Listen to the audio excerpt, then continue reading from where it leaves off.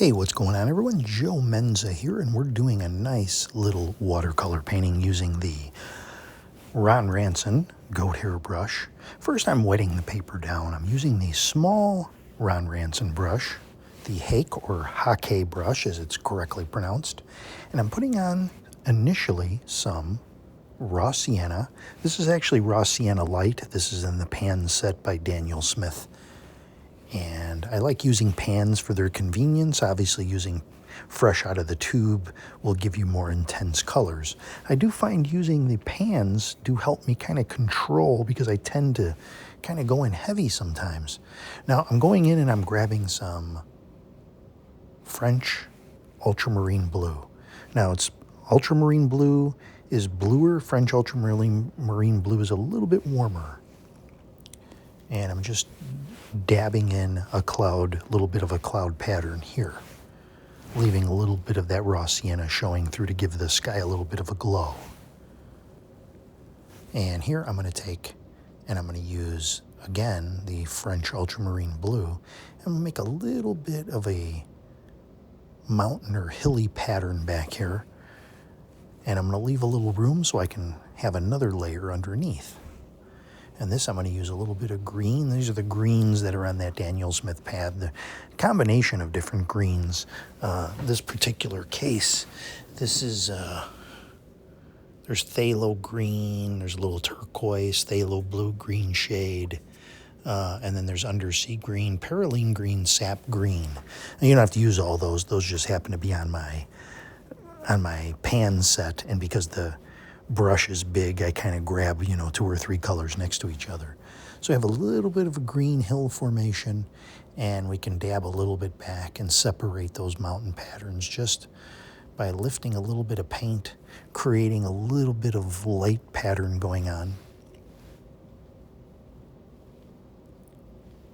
And now you can see we have 2 layers of hills. I've gone ahead and grabbed a couple of blues off of the palette. I've got ultramarine blue and a little cerulean blue. I had hoped a nice light stroke across would leave me with a little bit more white, but I went a little too quick and the paper is still a little wet, so I'm not getting that. If you want a little bit more,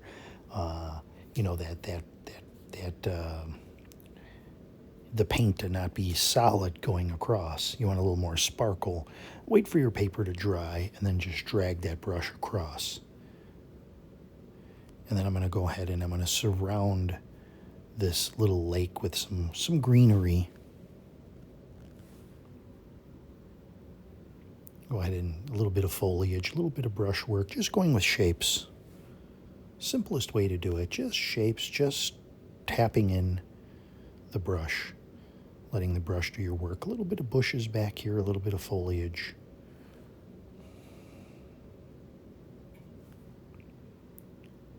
Again, just working those colors from the palette I have. Go a little darker with the undersea green, perylene green. Adding some blues there.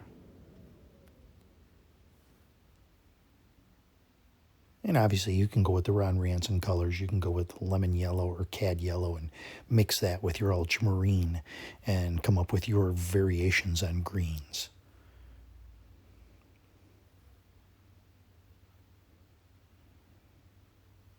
So just going along there, creating, just surrounding, just shaping this area here.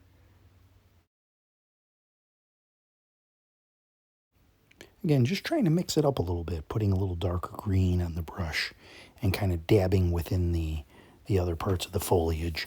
You can do 1 stroke, limit your amount of strokes if you want to. I like to play with it a little bit more probably than I should with the, dabbing in of, trying to get some little textural things I like to do. But we don't want to overwork it.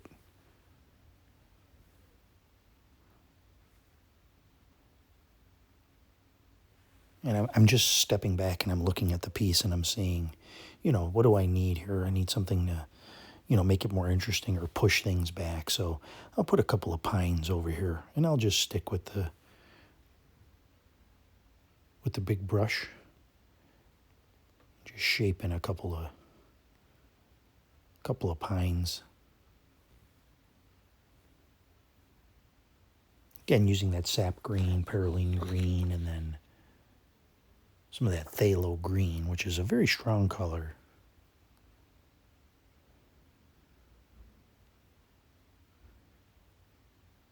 So there we have a couple of nice little pines. Again, just sticking with the shapes.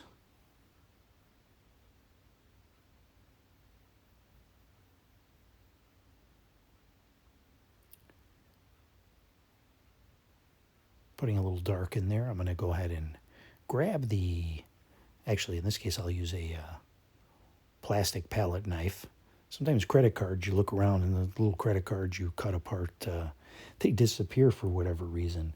But if you're new to these videos or, the channel, we take a credit card or a plastic card of some kind. Metal's a little too sharp, but we'll take that plastic card and we'll take the wet paint and we'll scrape away the paint that's there, and it leaves what looks like rocks.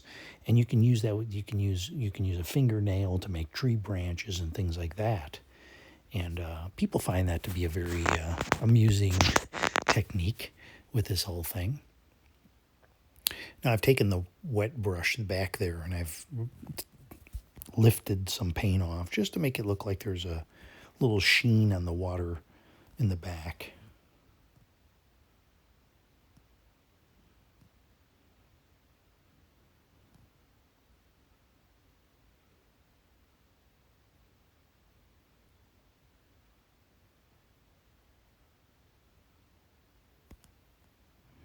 Okay, now I've decided here that these hills are really light. So I went in and I got a little more French ultramarine on my brush, and I'm just kind of going over these hills again. I would have preferred not to have to done that, but have done that. But in this case here, I think it'll be fine. We'll go over with a little bit of green and make it a little darker, which gives us almost a two-tone. You see there's a little bit of green from the under color peeking through there, which is kind of interesting. Matter of fact, I think I'll take away a little bit of this just to lift that up a little bit. And I'll give it a little more dimension back there. So now it's almost like we have 3 layers going.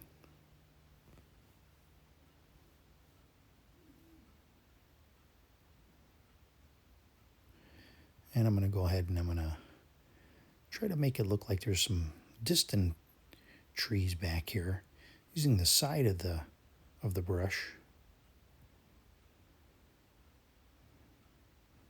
I don't want that to be too dark back there. I mean, you want it to look like those are in the distance.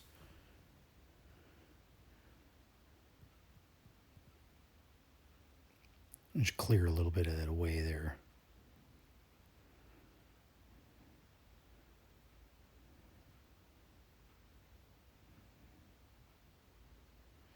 And I'm going to scrape a little bit of a shoreline. A few more rocks, a couple of branches.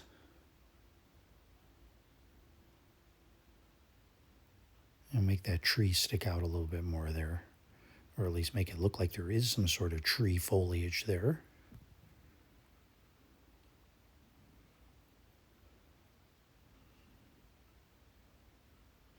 And I'm going to put on my little 9x12 mat, which you can see has taken some abuse.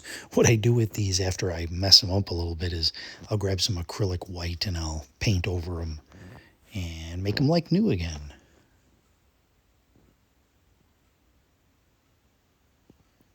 And just dabbing away a little bit there. And taking the cloth, you can wipe a little bit away too. You can lift with the paper towel, your brush, either way.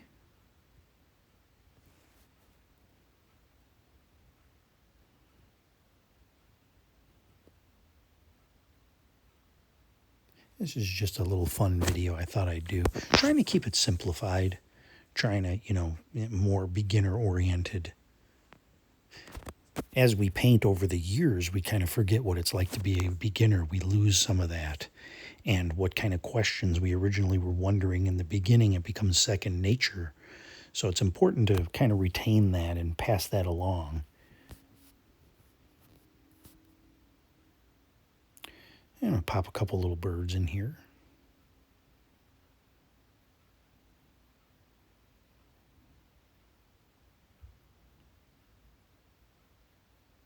A little more scraping.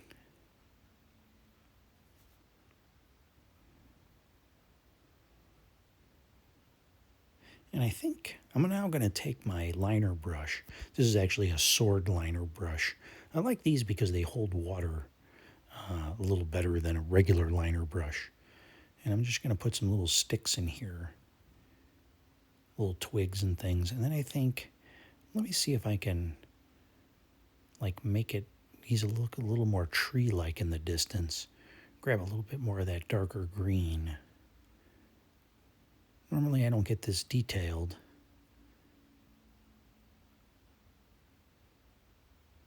But I do like working with this sword liner. And sometimes if you pop a few little trees in the background, you can sell a whole row of trees. You just make a little point.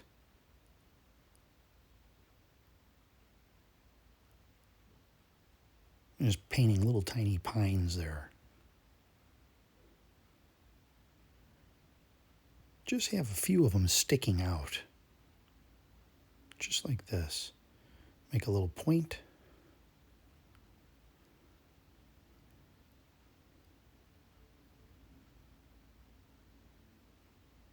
Just like that. One straight stick and then kind of go a little side to side. A lot of times I'll use a fan brush for this, but I do like using the sword liner.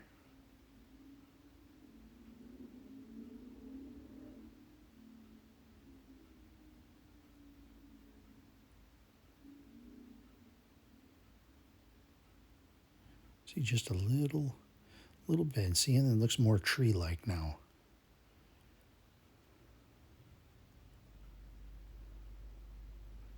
Let's darken that one a little bit. And see, come down and maybe finish these little reflections here.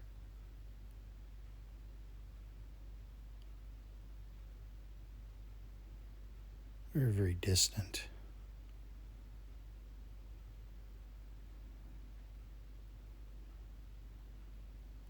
And that looks pretty good. That was worth the effort, I think. And I'll take the little scraper.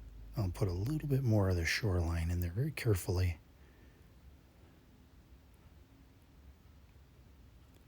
And I think that looks pretty good. That's finished. Well, thanks for watching, everybody. We'll see you next time.